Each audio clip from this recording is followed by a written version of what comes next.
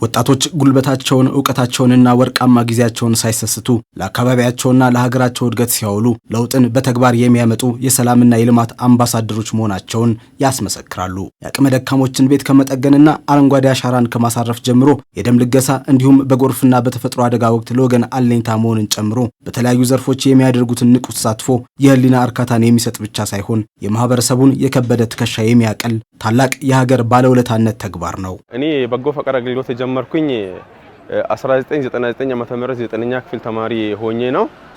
ከዛ በኋላ በማስተባበርም በመስራትም የበጎ ፈቃድ ማህበርን በማቋቋም እየሰራው እስከዛሬ አለው። እኔ ባለውበት አካባቢ ላይ ይሄን በጎ አድራጎት ስራ ከጀመርኩ ድፍን 10 ዓመታትን ከጓደኞቼ ጋር ሆነን የበጎ አድራጎት ስራን ስንሰራ ነበር። የአንድ አቅመ ደካማ እናት ወይም አባትን ቤት ስንገነባ አቅም ላጡ አረጋውያን የሚጋባ ፕሮግራም ስናካሄድ ደም ላጡ እናቶች ደም ስንለግስ የሚሰማን ደስታ በገንዘብ የምናገኘው ነገር አይደለም። የህሊና እርካታው እጅግ በጣም ከፍተኛ ነው። በኢትዮጵያ ይህንን የተከበረ የወንድማማችነትና የእርዳታ ባህል ይበልጥ ውጤታማና ዘላቂ ለማድረግ ተግባሩን ከተለምዷዊ አሰራር አውጥቶ ተቋማዊ ቅርጽ የመስጠት ሰፊ ስራ እየተሰራ ይገኛል። መንግስትና የተለያዩ የሲቪል ማህበራት የበጎ ፍቃድ አገልግሎትን በስትራቴጂና በህግ ማዕቀፍ በመደገፍ የተደራጁ ብሔራዊ ወጣቶች የበጎ ፍቃድ መርሃ ግብሮችን ቀርጸው ወደ መሬት እያወረዱት ነው። ይህ ተቋማዊ አካሄድ የወጣቶችን አቅም በአግባቡ ለመምራት ሀገራዊ ሀብትን በቁጠባ ለመጠቀምና የበጎ ፍቃድ አገልግሎትን እንደ አንድ ቋሚ የሀገር ግንባታ ባህል በትውልዱ ልብ ውስጥ ለመቅረጽ ትልቅ መሰረት እየጣለ ይገኛል። ከለውጡ ማግስት ጀምሮ መንግስት ለበጎ ፈቃድ አገልግሎት በሰጠው ልዩ ትኩረት ሰው ተኮር የሆኑ የልማት እይታን በበጎ ፈቃድ ስራ በመደገፍ ወደ ዘላቂነት የሚሄድበትን ስራ አጠናክሮ ቀጥሏል።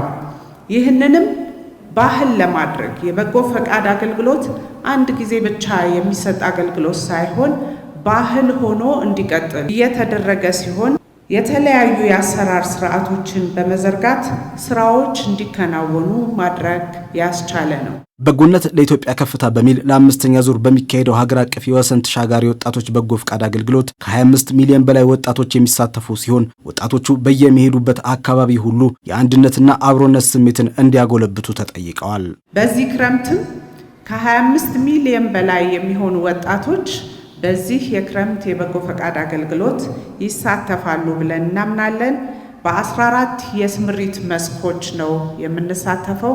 በጤና፣ በስፖርት፣ በኪነ ጥበብ፣ በሰላም ግንባታ፣ በትምህርት፣ በሁሉም መስኮች በ14ቱም ተጽዕኖ በመፍጠር መልካም ተጽዕኖን በመፍጠር የበጎ ፈቃድ አገልግሎት አሻራቸውን የሚያሳርፉ ይሆናል።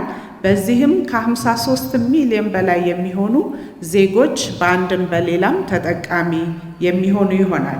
በምትሄዱባቸው በሚደርሱባቸው ቦታዎች ሁሉ የምታገኟቸው ኢትዮጵያውያን ወንድሞቻችሁ መሆናቸውን የረገጣችሁት ምድር የእናንተ ቤት መሆኑን የዚህ አብሮነትና አንድነት ስሜት ሰርጾ ከዚህ ሊያወርደን የሚሞክር ማንኛውም ትርክት ቢያጋጥመን ልንመክተው እንደሚገባና ሁላችንም ለትልቁ ኢትዮጵያዊነት ዘብ እንድንቆም ነው። ወጣቶች በነፃ አገልግሎት ውስጥ ሲሳተፉ ከንድፈ ሐሳብ ባለፈ በተግባር የሚታገዝ የህይወት ልምድ፣ የአመራርነት ጥበብና የቡድን ስራ ክህሎትን ያዳብራሉ። ከተለያዩ የህብረተሰብ ክፍሎች ጋር የሚኖራቸው መስተጋበርም ማህበራዊ ትስስርን የሚያጠናክር፣ ርህራሄን የሚያሰርጽና አርቆ ሐሳቢ ዜጋን አድርጎ የሚቀርጽ ነው። ከሁሉም በላይ ግን ወጣቶች ችግርን ከመናገር ባለፈ የችግሩ መፍትሄ አካል እንዲሆኑ በማድረግ በራስ የመተማመን ስሜታቸውንና ለሀገራቸው ያላቸውን የባለቤትነት መንፈስ በከፍተኛ ደረጃ ያሳድገዋል።